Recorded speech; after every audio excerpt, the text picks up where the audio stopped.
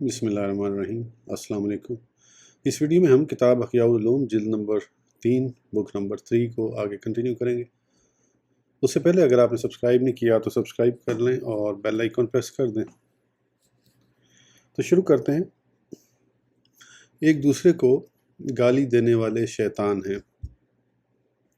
حضرت سیدنا ایاز بن حمار رضی اللہ عنہ بیان کرتے ہیں کہ میں نے حضور صلی اللہ تعالیٰ علیہ وآلہ وسلم سے عرض کی، یا رسول اللہ صلی اللہ تعالیٰ علیہ وآلہ وسلم، میری قوم کا ایک شخص مجھے گالی دیتا ہے حالانکہ وہ حسب و شرافت میں مجھ سے کمتر ہے، اگر میں اس سے بدلہ لوں تو کیا مجھ پر کوئی گناہ ہے؟ ارشاد فرمایا، ایک دوسرے کو گالی دینے والے شیطان ہیں جو ایک دوسرے کو چٹلاتے اور الزام لگاتے ہیں۔ مومن کو گالی دینا فسق ہے۔ حضور صلی اللہ تعالیٰ علیہ وسلم نے ارشاد فرمایا، مومن کو گالی دینا فسق ہے اور اسلام کے سبب اس سے لڑنا کفر ہے۔ حضور صلی اللہ تعالیٰ علیہ وآلہ وسلم نے ارشاد فرمایا، ایک دوسرے کو گالی دینے والے جو کچھ کہتے ہیں اس کا گناہ پہل کرنے والے پر ہے جب تک کہ مظلوم حد سے نہ بڑھے۔ والدین کو گالی دینا کبیرہ گناہ ہے۔ حضور نبی کریم صلی اللہ تعالیٰ علیہ وآلہ وسلم نے ارشاد فرمایا، ملعون من سب والدہ، یعنی ملعون ہے وہ شخص جو اپنے والدین کو گالی دے۔ ایک روایت میں ہے، کبیرہ گناہوں میں سے ایک بڑا گناہ آدمی کا اپنے والدین کو گالی دینا ہے۔ صحابہ کرام نے عرض کی، یا رسول اللہ صلی اللہ تعالیٰ علیہ وآلہ وسلم، کوئی شخص اپنے والدین کو کیسے گالی دے سکتا ہے؟ ارشاد فرمایا، یہ کسی کے باپ کو گالی دے تو دوسرا اس کے باپ کو گالی دے۔ آفت نمبر 8، لعنت کرنا۔ لعنت چاہے حیوانات پر ہو، جمادات پر ہو یا پھر انسانوں پر ہو، سب کامل مذمت ہے۔ لعنت کی مذمت پر مشتمل 6 فرامین مصطفیٰ۔ المؤمن لیس بلعان، یعنی مومن لعنت کرنے والا نہیں ہوتا۔ لا تلعنوا بلعنت اللہ ولا بغاضبہ ولا بجہنم، یعنی ایک دوسرے پر اللہ عز و جل اس کے غضب اور جہنم کی لعنت نہ بھیجو۔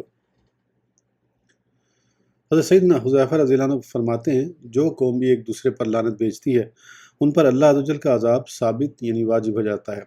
حضرت سیدنا عمران بن حسین رضی اللہ بیان کرتے ہیں کہ رسول اکرم صلی اللہ تعالیٰ علیہ وآلہ وسلم کسی سفر میں تھے، ایک انصاری عورت بھی اپنی اونٹنی پر سوار تھی کہ اچانک اونٹنی مضطرب ہو گئی تو اس نے اس پر لعنت کی۔ آپ صلی اللہ تعالیٰ علیہ وآلہ وسلم نے ارشاد فرمایا، اس پر سے سامان اتار لو اور اسے بغیر سامان کے خالی چھوڑ دو، کیونکہ یہ ملعونہ یعنی لعنت کی گئی ہے۔ حضرت سیدنا عمران رضی اللہ عنہ فرماتے ہیں، گویا میں اس اونٹنی کو لوگوں کے درمیان چلتا ہوا دیکھ رہا ہوں لیکن کوئی اس پر سامان نہیں رکھتا۔ حضرت سیدنا ابو درداء رضی اللہ عنہ فرماتے ہیں، جب بھی کوئی شخص زمین پر لعنت بھیجتا ہے تو زمین کہتی ہے، اللہ عز و جل اس پر لعنت فرمائے جو ہم میں اللہ عز و جل کا زیادہ نافرمان ہے۔ ام المومنین حضرت سیدنا عائشہ صدیقہ رضی اللہ عنہ بیان کرتی ہیں کہ حضور صلی اللہ تعالیٰ علیہ وسلم نے میرے والد ماجد حضرت ابو بکر صدیق رضی اللہ عنہ کو اپنے کسی غلام کو لعنت کرتے سنا تو ان کی طرف متوجہ ہو کر ارشاد فرمایا، اے ابو بکر، کیا صدیق بھی لعنت کرنے والا ہوتا ہے؟ رب کعبہ کی قسم، ایسا ہرگز نہیں ہو سکتا۔ آپ نے یہ بات 2 یا 3 مرتبہ ارشاد فرمائی، چنانچہ والد ماجد رضی اللہ عنہ نے اسی دن اپنے غلام کو آزاد کر دیا اور بارگاہ رسالت میں حاضر ہو کر عرض کی کہ دوبارہ ایسا نہیں کروں گا۔ لعنت کرنے والوں کو بروز قیامت نہ مرتبہ شفاعت ملے گا اور نہ ہی وہ سابقہ امتوں پر گواہ بنیں گے۔ حضرت سیدنا انس رضی اللہ عنہ فرماتے ہیں، ایک شخص رسول پاک صلی اللہ تعالیٰ علیہ وآلہ وسلم کا ہم سفر تھا، اس نے اپنے اونٹ کو لعنت کی تو آپ صلی اللہ تعالیٰ علیہ وآلہ وسلم نے ارشاد فرمایا، اے اللہ کے بندے، ہمارے ساتھ ملعون یعنی لعنت کیے گئے اونٹ پر نہ چلو۔ یہ بات آپ صلی اللہ تعالیٰ علیہ وآلہ وسلم نے لعنت کے فعل سے منع کرنے کے لیے ارشاد فرمائی۔ لعنت کی تعریف۔ لعنت کا مطلب ہے اللہ عز و جل کی رحمت سے دھتکارنا اور دور کرنا، اور یہ صرف اس شخص پر جائز ہے جس کے اندر اللہ عز و جل سے دور کرنے والی صفت پائی جاتی ہو، اور وہ صفت کفر اور ظلم ہے۔ لعنت کرنے میں اس طرح کہے کہ ظالموں اور کافروں پر اللہ عز و جل کی لعنت۔ اللہ عز و جل کا رسول غیب پر مطلع ہوتا ہے، اس سلسلے میں اسے چاہیے کہ شریعت کے بیان کرتا الفاظ کی پیروی کرے، کیونکہ لعنت میں خطرہ ہے، اس لیے کہ اس میں اللہ عز و جل پر اس بات کا حکم لگانا ہے کہ اس نے ملعون کو اپنی رحمت سے دور کر دیا ہے۔ یہ معاملہ تو غیب ہے جس پر اللہ عز و جل یا پھر اس کے بتائے سے اس کا رسول مطلع ہو سکتا ہے۔ لعنت کا تقاضا کرنے والی صفات 3 ہیں، کفر، بدعت، فسق، اور ہر صفت میں 3 درجے ہیں۔ پہلا درجہ عمومی وصف کے ساتھ لعنت کرنا، جیسے یہ کہنا کافروں، بدعتیوں اور فاسقوں پر اللہ عز و جل کی لعنت۔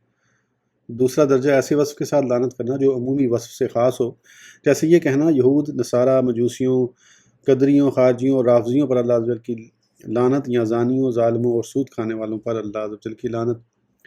عوام کو بد مذہب پر لعنت کرنا منع ہے۔ یہ دونوں طریقے جائز ہیں، البتہ مختلف قسم کے بد مذہبوں پر لعنت کرنے میں خطرہ ہے، کیونکہ بدعت کی معرفت پوشیدہ امر ہے اور اس سلسلے میں کوئی لفظ شریعت میں وارد نہیں ہے، لہذا عوام کو اس سے منع کرنا چاہیے، کیونکہ اگر وہ بد مذہبوں پر لعنت بھیجیں گے تو وہ بھی جواب میں ان پر لعنت کریں گے، اور یہ بات لوگوں کے مابین جھگڑے اور فساد کا باعث بنے گی۔ تیسرا درجہ معین و مخصوص شخص پر لعنت کرنا اور اس میں خطرہ ہے، مثلا زید کا کافر یا فاسق یا بدعتی ہے اور تم کہو زید پر اللہ عز و جل کی لعنت۔ مخصوص شخص پر لعنت کرنے کے متعلق تفصیل اس بارے میں یہ ہے کہ جس شخص کے لیے شریعت میں لعنت ثابت ہو اس پر لعنت بھیجنا جائز ہے، جیسے کہ کہے کہ فرعون پر اللہ عز و جل کی لعنت، ابو جہل پر اللہ عز و جل کی لعنت، کیونکہ ان کا کفر پر مرنا شرعاً ثابت اور معلوم ہے۔ جہاں تک ہمارے زمانے میں کسی معین شخص پر لعنت کرنے کا تعلق ہے، مثلا زید یہودی ہے اور تم کہو زید پر اللہ عز و جل کی لعنت، تو اس میں خطرہ ہے، کیونکہ ہو سکتا ہے وہ مسلمان ہو جائے، اور اللہ عز و جل کا مقرب ہو کر مرے تو اس کے ملعون ہونے کا فیصلہ کیسے کیا جا سکتا ہے؟ ایک سوال اور اس کا جواب، اگر کوئی یہ کہے کہ کافر پر لعنت کرنا درست ہونا چاہیے کیونکہ لعنت کے وقت وہ کافر ہے، جیسا کہ مسلمان کے لیے رحم اللہ یعنی اللہ عز و جل اس پر رحم فرمائے کہا جاتا ہے، کیونکہ وہ موجودہ وقت میں مسلمان ہے، حالانکہ اس کا مرتد ہو جانا بھی ممکن ہے۔ جواب، جان لیجئے ہمارا کسی مسلمان کو رحمہ اللہ کہنے کا مطلب یہ ہوتا ہے کہ اللہ عز و جل اس کو اسلام پر جو کہ رحمت کا سبب ہے اور عبادت پر ثابت قدمی عطا فرمائے۔ یہ کہنا جائز نہیں ہے کہ اللہ عز و جل کافر کو کفر پر ثابت قدم رکھے جو کہ لعنت کا سبب ہے، کیونکہ یہ کفر کا سوال ہے اور یہ سوال ازہد کفر ہے۔ البتہ یوں کہنا جائز ہے کہ اگر یہ کفر پر مرے تو اس پر اللہ عز و جل کی لعنت، اور اگر اسلام پر اس کی موت واقع ہو تو اس پر اللہ عز و جل کی لعنت نہ ہو۔ مگر چونکہ ایمان یا کفر پر خاتمہ کا تعلق علم غیب سے ہے اور مطلق لعنت کرنے میں کوئی جہت متعین نہیں ہوتی، لہذا اس میں بھی خطرہ ہے اور لعنت نہ کرنے میں کوئی خطرہ نہیں۔ جب آپ نے کافر کے متعلق یہ بات جان لی تو زید اگر فاسق یا بدعتی ہے تو اس پر لعنت کرنے سے بدرجہ اولیٰ بچنا چاہیے۔ معلوم ہوا معین افراد پر لعنت کرنے میں خطرہ ہے کیونکہ ان کی حالت بدلتی رہتی ہے، سوائے یہ کہ جن کے متعلق رسول اکرم صلی اللہ تعالیٰ علیہ وآلہ وسلم خبر دے دیں، ان پر لعنت کرنے میں خطرہ نہیں، کیونکہ آپ صلی اللہ تعالیٰ علیہ وآلہ وسلم کا کسی شخص کے کفر پر مرنے کی خبر دینا درست ہے، اور اسی لیے آپ نے معین لوگوں پر لعنت فرمائی۔ چنانچہ آپ نے قریش کے خلاف اپنی دعا میں کہا، اے اللہ عز و جل، ابو جہل بن ہشام اور عتبہ بن ربیہ کی پکڑ فرما، اور بدر کے دن کفر پر مرنے والی ایک جماعت کے خلاف بھی دعا کی، کیونکہ ان کے انجام کی آپ کو خبر تھی، مگر جن کے انجام سے آپ اللہ عز و جل کی طرف سے باخبر نہ تھے، ان کے متعلق جب آپ نے لعنت کی تو آپ کو اس سے روک دیا گیا۔ جیسا کہ مروی ہے کہ آپ صلی اللہ تعالیٰ علیہ وآلہ وسلم ایک مہینے تک نماز فجر کے اندر دعائے قنوت میں بحر معونہ والوں کے قاتلوں پر لعنت بھیجتے رہے تو یہ آیت مبارکہ نازل ہوئی، لیس لک من الامر شیء او یتوب علیہم او یعذبہم فانہم ظالمون، سورہ آل عمران ترجمہ۔ یہ بات تمہارے ہاتھ نہیں، یا انہیں توبہ کی توفیق دے یا ان پر عذاب کرے کہ وہ ظالم ہیں۔ یعنی ہو سکتا ہے کہ وہ اسلام لے آئیں، آپ نے کیسے جان لیا کہ یہ لوگ ملعون ہیں؟ اسی طرح جن کا کفر پر مرنا ہم پر واضح ہو ان پر لعنت بھیجنا اور ان کی مذمت کرنا جائز ہے، جبکہ اس میں کسی مسلمان کو اذیت نہ ہو، ورنہ جائز نہیں۔ جیسا کہ مروی ہے کہ سرکار مدینہ صلی اللہ تعالیٰ علیہ وآلہ وسلم طائف تشریف لے جاتے ہوئے ایک قبر کے پاس سے گزرے تو امیر المومنین حضرت سیدنا ابو بکر صدیق رضی اللہ عنہ سے اس کے متعلق استفسار فرمایا تو انہوں نے عرض کی، یہ اس شخص کی قبر ہے جو اللہ عز و جل اس کے رسول کا نافرمان و باغی تھا اور وہ سعید بن عاص تھا۔ تو اس کے بیٹے عمرو بن سعید کو غصہ آیا اور انہوں نے عرض کی، یا رسول اللہ صلی اللہ تعالیٰ علیہ وآلہ وسلم، یہ اس شخص کی قبر ہے جو ابو قحافہ سے زیادہ کھانا کھلاتا تھا اور اس سے زیادہ بہادر تھا۔ حضرت سیدنا ابو بکر صدیق رضی اللہ عنہ نے عرض کی، یا رسول اللہ صلی اللہ تعالیٰ علیہ وآلہ وسلم، یہ مجھ سے اس قسم کی بات کہہ رہے ہیں، تو آپ نے ارشاد فرمایا ابو بکر سے اپنی زبان روک لو، چنانچہ وہ چلے گئے۔ پھر آپ صلی اللہ تعالیٰ علیہ وسلم حضرت ابو بکر صدیق رضی اللہ عنہ کی طرف متوجہ ہوئے اور ارشاد فرمایا، اے ابو بکر، جب تم کفار کا ذکر کرو تو عمومی لفظ کے ساتھ کیا کرو، جب مخصوص شخص کا ذکر کرو گے تو آباء و اجداد کی وجہ سے بیٹوں کو غصہ آئے گا، چنانچہ لوگ ایسے فعل سے رک گئے۔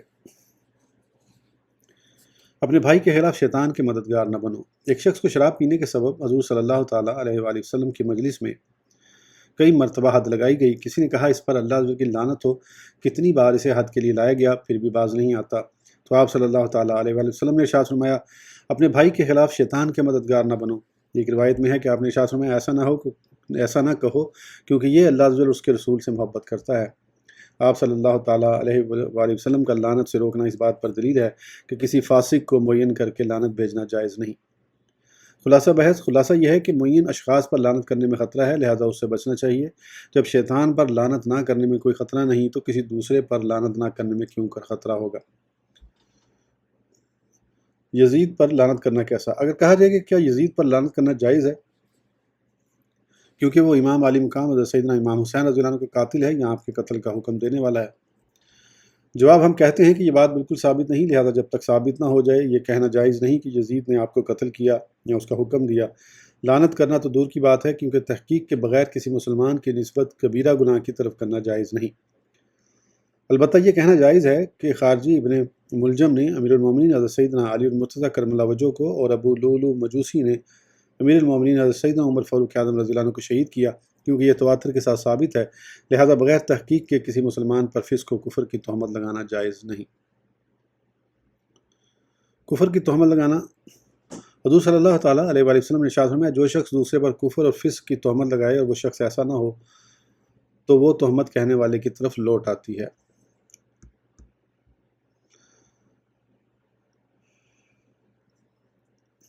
حضرت علامہ مولانا مفتی محمد امجد علی اعظمی علیہ رحمہ فرماتے ہیں، یزید پلید، فاسق، فاجر، مرتکب کبائر تھا معاذ اللہ، اس سے اور ریحانہ رسول اللہ صلی اللہ تعالیٰ علیہ وآلہ وسلم سیدنا امام حسین رضی اللہ تعالیٰ عنہ سے کیا نسبت؟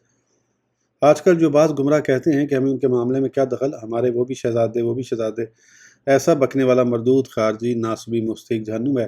ہاں، یزید کو کافر کہنے اور اس پر لعنت کرنے میں علماء اہل سنت کے 3 قول ہیں، اور ہمارے امام اعظم رضی اللہ تعالیٰ عنہ کا مسلک سکوت، یعنی ہم اسے فاسق فاجر کہنے کے سوا نہ کافر کہیں نہ مسلمان، اور ان کی اتباع موافقین اسے کافر کہتے اور بتخصیص نام اس پر لعنت کرتے ہیں اور عیسائی کلمہ سے اس پر سند لاتے ہیں۔ فَهَلْ عَصَيْتُمْ إِن تَوَلَّيْتُمْ أَن تُفْسِدُوا فِي الْأَرْضِ وَتُقَطِّعُوا أَرْحَامَكُمْ أُولَٰئِكَ الَّذِينَ لَعَنَهُمُ اللَّهُ فَأَصَمَّهُمْ وَأَعْمَىٰ أَبْصَارَهُمْ۔ سورہ محمد۔ کیا قریب ہے کہ اگر والی ملک ہو تو زمین میں فساد کرو اور اپنی نسبی رشتہ کاٹ دو، یہ ہیں وہ لوگ جن پر اللہ نے لعنت فرمائی تو انہیں بہرا کر دیا اور ان کی آنکھیں پھوڑ دیں۔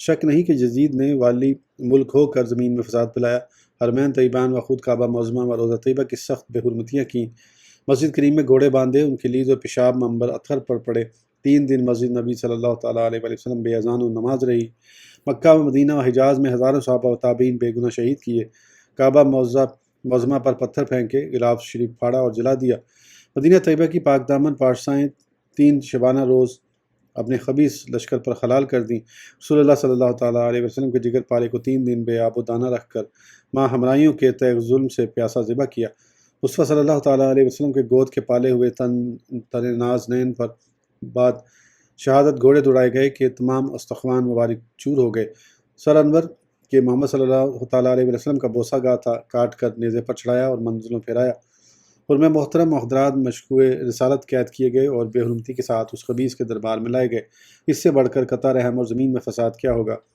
ملون ہے وہ جو ان ملون حرکاتوں کو فسق و فجور نہ جانے۔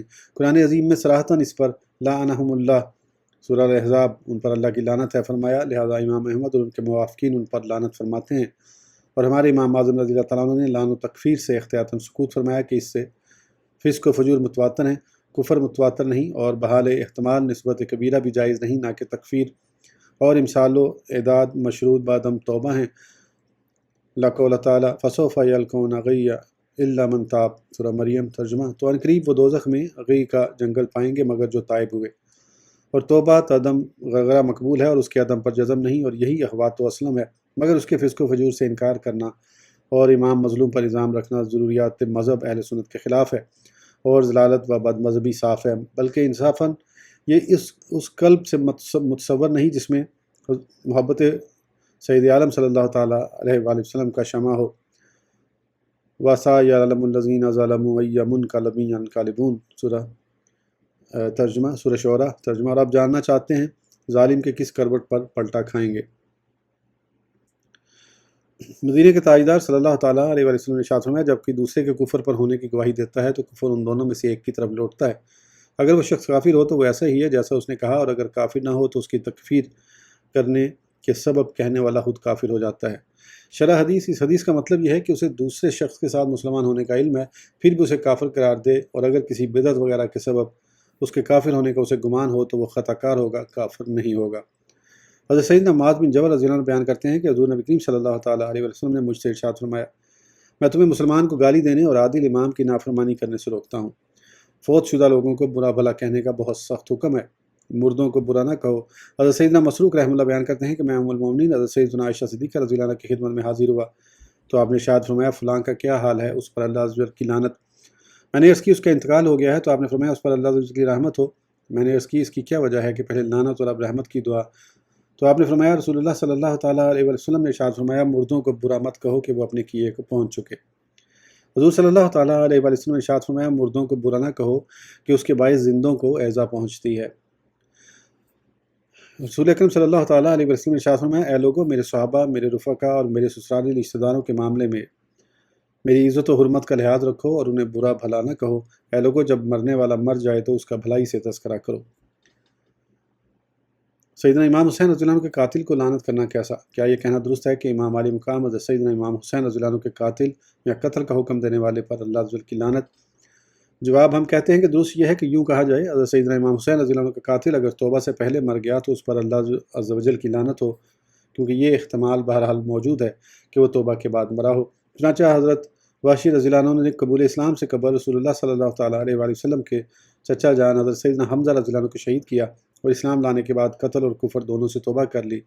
لہذا قتل کے سبب کسی مسلمان پر لعنت کرنا جائز نہیں، کیونکہ قتل اگرچہ کبیرہ گناہ ہے لیکن کفر کے درجے تک نہیں پہنچتا۔ معلوم ہوا توبہ کی قید کے بغیر متعلقاً لعنت بھیجنے میں خطرہ ہے اور خاموش رہنے میں کوئی خطرہ نہیں ہے، لہذا خاموش رہنا ہی زیادہ مناسب ہے۔ مذکورہ بحث کی غرض، ہم نے یہ گفتگو صرف اس لیے کی ہے کہ لوگوں نے لعنت کو آسان سمجھ لیا ہے اور لعنت کے معاملے میں زبان کو آزاد چھوڑ دیا ہے، حالانکہ مومن لعنت کرنے والا نہیں ہوتا۔ لعنت صرف اس پر کی جائے جو کفر پر مرا ہو، یا عمومی صفات کے ساتھ کی جائے جیسے کافروں یا ظالموں پر اللہ کی لعنت، اور معین اشخاص پر نہ کی جائے۔ لعنت کرنے کے بجائے اللہ عز و جل کے ذکر میں مشغول ہونا زیادہ مناسب ہے۔ اگر اللہ عز و جل کا ذکر نہ ہو سکے تو خاموش رہنے میں عافیت ہے۔ دو کلمات حضرت سیدنا مکی بن ابراہیم علیہ رحمہ فرماتے ہیں ہم حضرت سیدنا ابن عون رحمہ اللہ کی خدمت میں حاضر تھے۔ بصرہ کے امیر اور قاضی بلال بن ابی بردہ کا ذکر آیا تو لوگ اس پر لعنت کرنے لگے اور برا بھلا کہنے لگے۔ حضرت ابن عون رحمہ اللہ تعالیٰ علیہ خاموش رہے تو لوگوں نے کہا اے ابن عون، ہم اس کی مذمت اس لیے کر رہے ہیں کہ اس نے آپ کے ساتھ برا سلوک کیا۔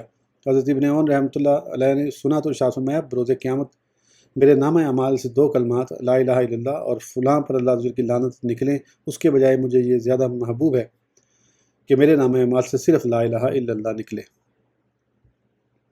ایک شخص نے بارگاہ رسالت میں عرض کی مجھے نصیحت فرمائیے۔ ارشاد فرمایا میں تمہیں نصیحت کرتا ہوں کہ لعنت کرنے والا نہ بننا۔ حضرت سیدنا عبداللہ بن عمر رضی اللہ عنہ فرماتے ہیں ہر تانا دینے والا اور لعنت کرنے والا اللہ عز و جل کے نزدیک سب سے زیادہ ناپسندیدہ ہے۔ منقول ہے کہ مومن پر لعنت بھیجنا اسے قتل کرنے کے برابر ہے۔ حضرت سیدنا حماد بن زید رحمۃ اللہ علیہ اسے روایت کرنے کے بعد فرماتے ہیں اگر میں کہوں کہ یہ مرفوع یعنی یہ حضور صلی اللہ تعالیٰ علیہ وآلہ وسلم سے مروی ہے تو میں اس میں حرج نہیں جانتا۔ حضرت سیدنا ابو قتادہ رضی اللہ عنہ بیان کرتے ہیں منقول ہے کہ جو شخص کسی مومن پر لعنت کرتا ہے تو گویا وہ اسے قتل کرتا ہے۔ یہ بات حضور نبی کریم صلی اللہ تعالیٰ علیہ وآلہ وسلم سے بھی مروی ہے۔ اس ویڈیو کے لیے اتنا ہی، پھر انشاءاللہ اگلی ویڈیو میں آگے کنٹینیو کریں گے۔ اس وقت تک کے لیے اجازت دیجیے، سبسکرائب کرنا نہ بھولیں۔ اللہ حافظ۔